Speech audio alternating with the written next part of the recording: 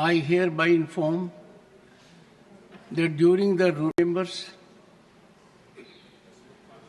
I hereby inform that during the routine anti-sabotage check of the chamber after the adjournment of the House yesterday, apparently a wad of currency notes was recovered by the security officials from seat number 222 presently allotted to Sri Abhishek Manu Singhvi, elected from the state of Telangana for the term 2024 to 2026.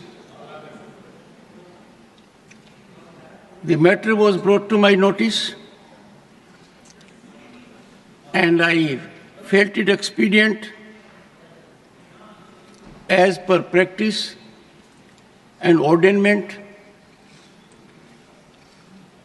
to ensure that investigation takes place in accordance with law, and the same is underway. Ready. I am quite astonished to even hear about it about 5 minutes ago. I never heard of it. I reached the inside of the house yesterday at 12:57 p.m. In the afternoon. The house rose at 1 p.m., 3 or 4 minutes after I entered the house. From 1 to 1:30 I sat with Mr. Ayodhya Prasad in the canteen in Sangam and had lunch. At 1:30 I left Parliament. So my total stay in the house yesterday was 3 minutes and my stay in the canteen was 30 minutes. I find it bizarre that even on such issues, politics is raised. Of course, there must be an inquiry as to how people can come and put anything anywhere in any seat. It means that each of us must have a seat where the seat itself can be locked and the key can be carried home by the Member of Parliament. Because everybody can then do things on the seat and make allegations about it. This is, if it was not tragic and serious, it would be comic. I think everybody should cooperate in getting to the bottom of this. And if there is a failing in the security agencies, that must also be completely exposed. दोस्तों मुझे members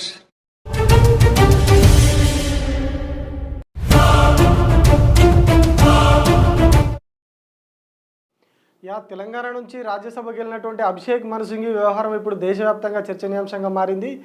ఏదైతే నిన్న ఆయన రాజ్యసభకు వెళ్ళిన సమయంలో వెళ్ళి బయటికి వెళ్ళిపోయిన తర్వాత ఆయన సీట్ దగ్గర సీట్ నెంబర్ 222 సీటు దగ్గర దాదాపు 50,000 రూపాయలకు సంబంధించినటువంటి బండిల్ ఒకటి దొరికింది అని చెప్పేసి ఇవాళ రాజ్యసభ చైర్మన్ జగదీప్ ధన్కర్ అనౌన్స్ చేసిర్రు. ఇవాళ సభ ప్రారంభం అవుతానే ఆయన ఈ విషయాన్ని అనౌన్స్ చేసిర్రు.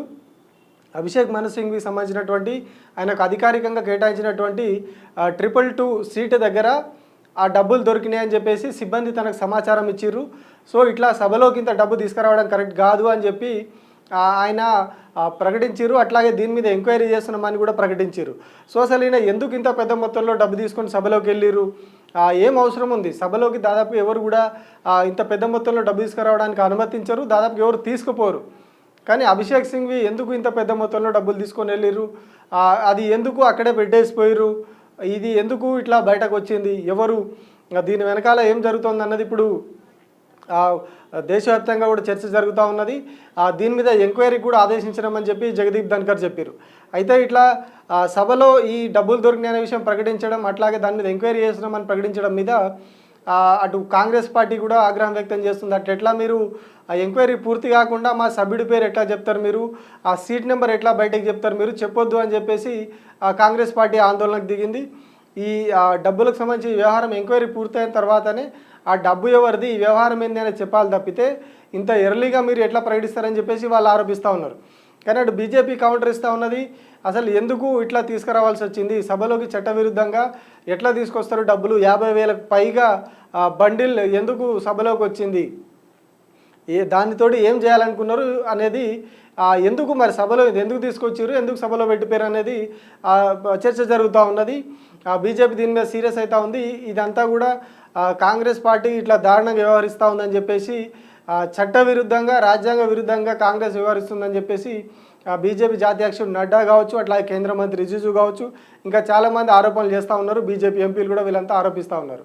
అయితే అభిషేక్ మను సింఘ్వి మాత్రం తనకేం సంబంధం లేదని చెప్తా ఉన్నారు. కేవలం 500 రూపాయలు మాత్రమే నేను జేబులో పెట్టుకొని వెళ్తాను, ఇంతకు మించి తీసుకెళ్ళను డబ్బులు అని చెప్పి ఆయన చెప్తా ఉన్నారు. దాంతో తనకు సంబంధం లేదని కూడా చెప్తా ఉన్నారు. అక్కడ లాకర్ ఉంటుంది, దానికి లాక్ వేసుకొని సభ్యులు వెళ్ళిపోతారు, లాక్ ఉంటే వేసుకొని వెళ్ళిపోతారు.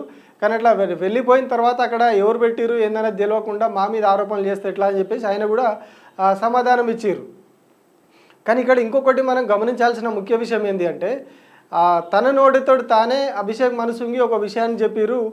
నేను 12:57కి సభలోకి వచ్చాను, 1 గంటకి సభ నుంచి బయటకు వెళ్ళిపోయాను, వెళ్ళి అయోధ్య రామిరెడ్డి ఇంకొక ఎంపీతోటి కలిసి క్యాంటీన్లో కూర్చున్నాను అని చెప్పి చెప్తా ఉన్నారు. అంటే కేవలం 3 నిమిషాలు మాత్రమే ఆయన నిన్న రాజ్యసభలో ఉన్నారు. ఆయన మన ఎంపీ, మన తెలంగాణ నుంచి ప్రాతినిధ్యం వహిస్తూ ఉన్నారు. కాంగ్రెస్ పార్టీ ఆయనను పట్టి తెలంగాణ నుంచి రాజ్యసభకు నామినేట్ చేసి తీసుకుపోయి రాజ్యసభలో కూర్చోబెట్టింది. చట్టసభల్లో ఉన్నప్పుడు ఆ ప్రాంత ప్రజల మీద ప్రజలకు సంబంధించినటువంటి ప్రశ్నలు అడగడం కావచ్చు, ఆ ప్రాంత ప్రజల యొక్క సమస్యలను పరిష్కరించే దిశగా సభలో చర్చ చేయడం కావచ్చు, ఇవన్నీ చేస్తూ ఉండాలి ఆ ఎంపీగా ఉన్నప్పుడు. అది రాజ్యసభ అయినా లోక్సభ అయినా ఆ ఎంపీగా ఉన్నప్పుడు ఈ పనులన్నీ చేయాలి. ఈ ప్రాంతానికి ప్రాతినిధ్యం వహిస్తున్నప్పుడు ఈ ప్రాంతం యొక్క సమస్యలను చట్టసభలో ప్రస్తావించాలి. కానీ ఆయన నోటితో ఆయనే ఒప్పుకున్నారు, నేను జస్ట్ 3 నిమిషాలే ఉన్న సభలో అని చెప్పి చెప్తా ఉన్నారు. అంటే మరి ఎందుకు ఆయనను మనం తీసుకుపోయి రాజ్యసభలో పెట్టినట్టు? ఆయన మన గురించి పట్టించుకోనప్పుడు, ఆయన మన సమస్యలను ప్రశ్నించినప్పుడు, మన సమస్యల గురించి సభలో ప్రస్తావించినప్పుడు కేవలం 3 నిమిషాలు సభలో ఉండడానికి ఆయనను ఎందుకు మనం రాజ్యసభకు పంపించినట్టు? ఇప్పటికి దాదాపు రాజ్యసభ పార్లమెంట్ స్టార్ట్ అయిపోయి 1 వీక్ పైన అవుతా ఉన్నది. ఈ గ్యాప్లో ఇప్పటి వరకు ఆయన ఈ సెషన్లో ఒక్క క్వశ్చన్ కూడా రాజ్యసభలో అడగలేదు.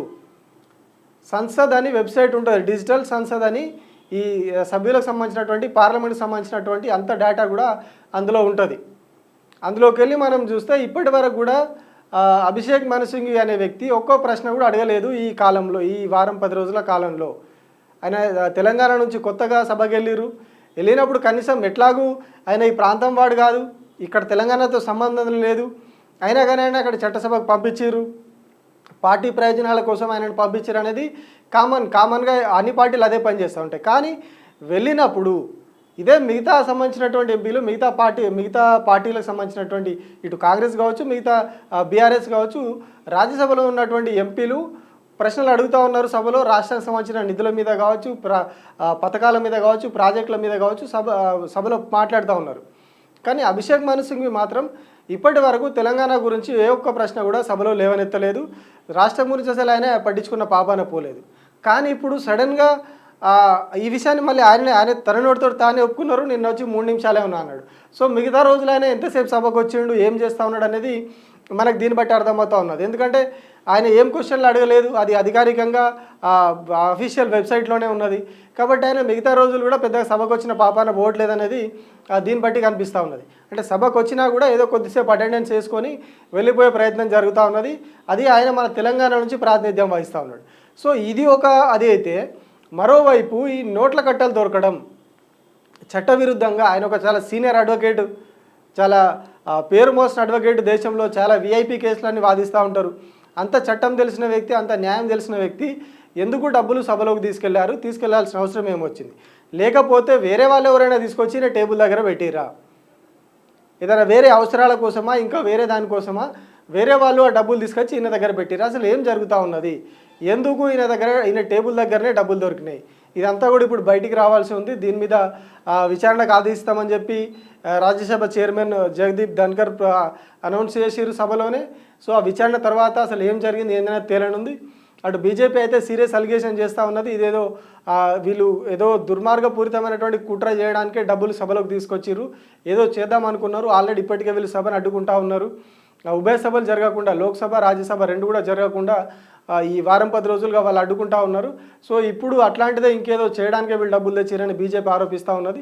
సో ఎంక్వైరీకి ఆదేశించారు కాబట్టి దీని మీద ఏదో ఒకటి త్వరలో తేలే అవకాశం ఉంది. కానీ తెలంగాణ నుంచి రాజ్యసభకి వెళ్ళినటువంటి ఎంపీగా తెలంగాణ పక్షాన మాత్రం ఆయన మాట్లాడటం లేదు అనేది ఈ సంఘటనతోటి క్లారిటీ వచ్చింది.